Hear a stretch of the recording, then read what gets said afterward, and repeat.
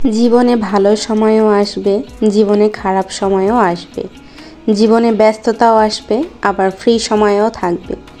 তাই যখনই আপনি নিজেকে নিজের মতো করে একটু সময় দেওয়ার মতন সময় হবে, তখনই আর দেরি না করে নিজেকে সময় দিন। আমি তো এটাই করি। জীবনের এই মুহূর্তে এসে এতটা ব্যস্ততাময় সময় কাটছে যে আসলে বলে বোঝানোর মতো নয়। তবুও যতই ব্যস্ত থাকি, এই সময়গুলো, এই বয়সটা কোনো কিছুই আর থাকবে না। একদিন দেখবেন আপনার কাছে অনেক টাকা পয়সা হয়েছে, কিন্তু সেদিন হয়তো বা আপনার ঘোরার মতন সেই চঞ্চল মেজাজটা আর থাকবে না। তাই যখনই সময় পাবেন নিজেকে একটু সময় দিবেন। আর আমি ঘুরতে অনেক বেশি ভালোবাসি, তাই একটু সময় পেলেই ঘুরতে বের হয়ে যাই। তো আসসালামু আলাইকুম, কেমন আছেন সবাই? আশা করি সবাই অনেক ভালো আছেন। আমি গিয়েছিলাম আজকে নওগাঁর একটি পার্কে, এটি অবস্থিত বালুডাঙ্গায়। আমি যতটা দেখছিলাম ইউটিউবে যে পার্কটা কেমন হবে, ঠিক ততটা আমার মন কাড়েনি, কারণ জায়গাটা খুবই শর্ট আর এখানে শিশুর থেকে কাপেলরাই বেশি। যাই হোক, ভিডিওতে যতগুলো দেখতে পাচ্ছেন জায়গাটা ঠিক অতটুকুই, এর থেকে আর বেশি কিছু নাই। আমি সব জায়গাতেই ঘুরছি। কে কে আছো আমার মতো যারা বেশি ঘুরতে পছন্দ করো, তারা অবশ্যই কমেন্টে জানাবে। আর অবশ্যই নওগাঁর কোথায় কোথায় আরও ঘোরা যায় সেই জায়গাগুলো আমাকে মেনশন করবে, আমি অবশ্যই ঘুরে দেখানোর চেষ্টা করব। নিজেকে ব্যস্ত রাখার উদ্দেশ্যেই আমার এই পেজটা খোলা হয়েছিল, কিন্তু রিয়েল লাইফে এখন এতটাই ব্যস্ত হয়ে গেছি যে পেজে আমি আর এতটা অ্যাক্টিভ নেই বা আমি হতে পারছি না। 5-6 দিন আগে ঘুরছি, অথচ দেখা যাচ্ছে এডিট আজকে করতে বসেছি। মানে এতটাই আমি ব্যস্ত হয়ে গেছি। শিশু পার্কে আসছি, অথচ কাপেল ছাড়া আমি কিছুই দেখিনি। তো এই মুহূর্তে শুধু একটা মাত্র শিশুকে দেখলাম। যাই হোক, এখন আপনাদের রাইডের কথা বলি। নাগরদোলা দেখলে আমার কেন জানি মনে হয় আমি নাগরদোলাতে উঠবই। তো আমার একটা রুমমেট, ও অনেক বেশি ভয় পায় উঁচু থেকে। তো আমি আর আমার আরেকটা রুমমেট মিলে মূলত নাগরদোলায় উঠছিলাম। কিন্তু যেহেতু শিশুদের নাগরদোলা, এটা খুবই স্লো। আমার সব থেকে যেটা বেশি ভাল লাগে সেটা হচ্ছে রাজশাহীর যে কামরুজ্জামান পার্ক আছে, সেই নাগরদোলাটা। এখানে ট্রেনের একটা রাইড ছিল বাচ্চাদের, আরও অনেক ছোট ছোট বকের, মানে একদমই ছোট বাচ্চাদের রাইড, এগুলো আসলে আমাদের জন্য না। কিন্তু পার্কে যখন আসছি তখন একটু না ঘুরফির করলে, একটু রাইডে না চড়লে হয়। তো অবশেষে আমরা নাগরদোলায় উঠলাম। অনেক এক্সাইটেড ছিলাম যে অনেক জোরে ঘুরবে, হয়তো পুরো নওগাঁর ভিউটা দেখবো, কিন্তু এমনটা কিছুই ছিল না। অনেক স্লো স্লো চলছিল। অবশ্য বাচ্চাদের জন্য, যেহেতু বাচ্চারা এটাতে অনেক বেশি মজা পাবে বা ভয়ও পেতে পারে, কিন্তু আমরা তো বুড়ি হয়ে গেছি। যাই হোক, তো নওগাঁর ভিউ বলতে হ্যাঁ, আশেপাশে অনেকটাই দেখা যাচ্ছিলো, খুব সুন্দর। যেহেতু আমার নার্সিং লাইফে নওগাঁর ফ্রেন্ড ছিল, আছে, তো তাদের থেকে আমার একটু একটু নওগাঁর বুলি শিখা। এরপরে নওগাঁতে আসার পরে আমার পুরো নওগাঁর ভাষাটাই প্রায় ক্যাপচার হয়ে গেছে।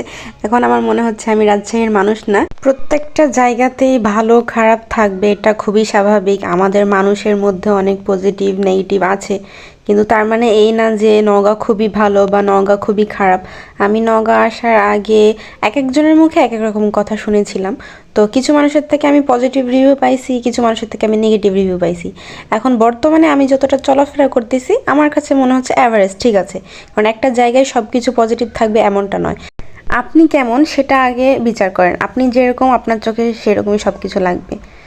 কেউ আপনাকে এসে খারাপ মন্তব্য করলো, খারাপ কোনো গালি দিল, আপনিও তার সাথে খারাপ ভাষায় কথা বললেন, তাহলে আপনার পার্থক্যটা কোথায়? সাকসেস তো সে হয়ে গেল যে আপনাকে তার মতো করে কথা বলতে শিখালো। আর সবাই সব মানুষের সাথে মিশতে পারবে এমনটা তো নয়। আপনি যদি খুব সহজেই সবার সাথে মিশতে পারেন, দেখবেন আপনার কাছে আপনার আশেপাশের সব মানুষকে সহজ, সরল, সুন্দর মনে হবে। আপনি একটা পজিটিভ ভাইবের মধ্যে থাকবেন।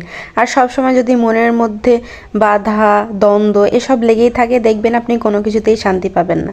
যাই হোক, নওগাঁ নিয়ে আর কিছু বলবো না। নওগাঁ আমার কাছে অ্যাভারেজ, কারণ পজিটিভিটি নেগেটিভিটি দুটাই সবসময় সব জায়গাতেই থাকবে। যাই হোক, পার্কে কিন্তু অবশ্যই টিকিট লাগবে। টিকিটের মূল্য জন প্রতি ছিল 30 টাকা, আর যে কোনো রাইডে ওঠার জন্য আপনার টিকিটের মূল্য ছিল 30 টাকা। তো যাই হোক, আমাদের রাইড ঘোরা শেষ। এখন যেহেতু পার্কটা ছোট, তো আমি শুধু খুঁজছিলাম যে এই ভাইরাল জায়গাটা কোথায়। এটা আমি ইউটিউবে অনেকবার দেখেছি, এই জায়গাতে সবাই এসে ভিডিও বানায়, ছবি তোলে। তো অবশেষে এই জায়গাটা খুঁজে পেলাম, তো আমিও এখানে একটা স্লো মো ভিডিও করলাম। তো আমাদের পার্কে ঘোরা শেষ, এখন আসি খাওয়া দাওয়ার পালায়। এখানে ভিতরে খাওয়ার মতন কিছুই নেই, আর একটা রেস্টুরেন্ট ছিল ওই মুহূর্তে সেটাও বন্ধ ছিল। তো আমরা বাইরে এসে ফুচকা চটপটি নুডলস ট্রাই করি। আমার এখানে ফুচকার টেস্ট একদমই ভালো ছিল না।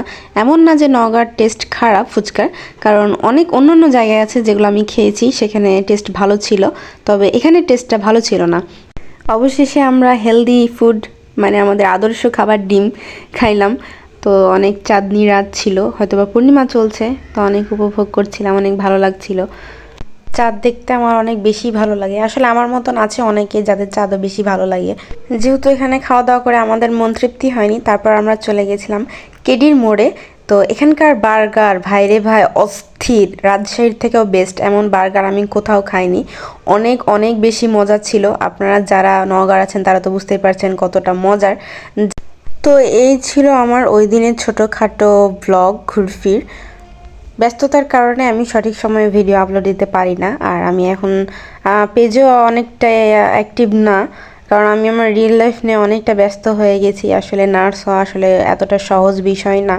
যতটুকু আপনারা দেখেন, যতটুকু আমি দেখাই, আসলে লাইফটা কিন্তু ততটুকু না, এর বাইরেও কিন্তু অনেক কিছু থাকে।